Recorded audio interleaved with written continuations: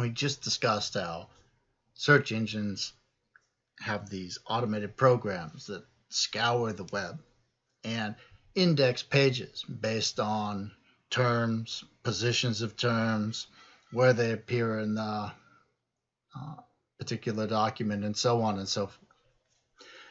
Once you enter your search terms in and it goes through its index, how does a search engine determine how to order the entries that you have? It has assignments of weights to those entries, basically scores on a number of different parameters. Now, Google itself claims that they have about 200 different parameters that they use in order to rank your search results. They certainly use a combination of what terms are in a particular page, what the position is, if it has links to other pages using those terms or other pages with those terms, if it uses the terms in the meta tags describing its content, the font size, the font kind, the capitalization. All of these things get a higher weighting because they suggest that the paper is very much about the terms that you're searching. But what really distinguished Google originally was the development of this idea of a page rank system. Essentially, page rank system crowdsources quality.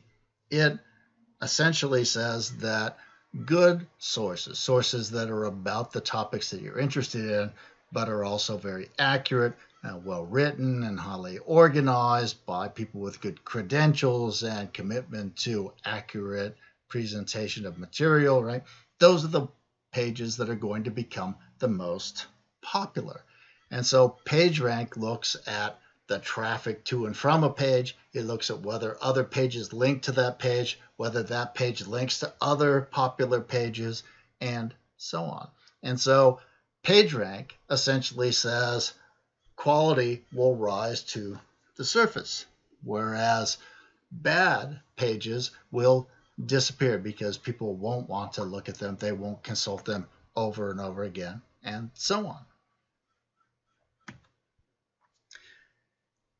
The final element that determines weighting and presentation of your search results has to do with profit.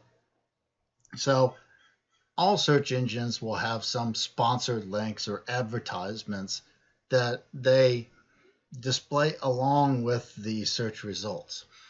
These often are very easily identified, but sometimes they're much less easily identified as advertisements or pages that are ranked higher because of some incentive that the search engine got. In addition to that, search engines, in order to try and become your go-to search engine, your favorite search engine, have introduced what are called personalization algorithms. Personalization algorithms try to look at your past internet history, your interests, the sort of pages that you've gone to in the past, how long you've spent on those pages, all sorts of things that are in the cookies in your browser and so on, and then tries to take that into account in ranking the entries in your page so that you'll feel like the searches that you enter on this search engines are ones that really seem to be responsive to what you're the most interested in. So all of this actually seems reasonably good. It seems like it accomplishes a lot, and an average search that you get should return within at least the first page or so some decent results. And so you might think, well, there's nothing really wrong with this. But it's important for you to remember that none of the features that are important to you as a consumer of information, as someone who's searching for accurate, comprehensible, clearly presented, well-organized material, those aren't the things that the search engines are looking for directly. They're only looking for those things indirectly. And so, for instance, PageRank can be influenced by all sorts of things that aren't necessarily well correlated with quality. So a portal that's been around for a very long time, for example, will be a portal that has a lot of connections to and from it, whereas a new page will have very few connections to and from it. And so the older portal will be favored above the newer portal. And so there is a sort of element of conservatism in the search algorithms.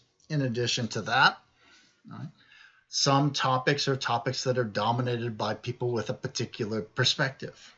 So if you search vaccines, for example, you might well get a whole bunch of stuff from anti-vaxxers, or you might get the CDC page, depending on, for instance, your search history. Those are quite different approaches to the topic of vaccination. All right? And so whenever you think about what you're getting in your search results, you have to take those things into account.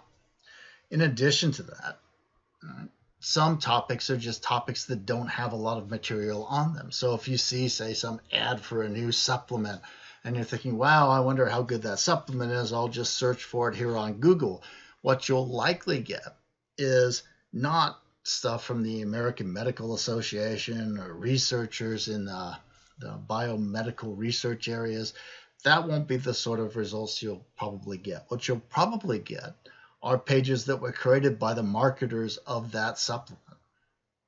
And so when you search in Google, in Bing, in any search engine, you need to keep those things in mind, that the search engine itself isn't reading, assessing, or understanding any of that content. It's just matching content and relying on users to pick out the better versions of the content that seems to correspond well to your search term. So if you keep that in mind, you can see why search engines are incredibly powerful, really an indispensable tool, but they aren't the be-all and end-all of finding information on the internet.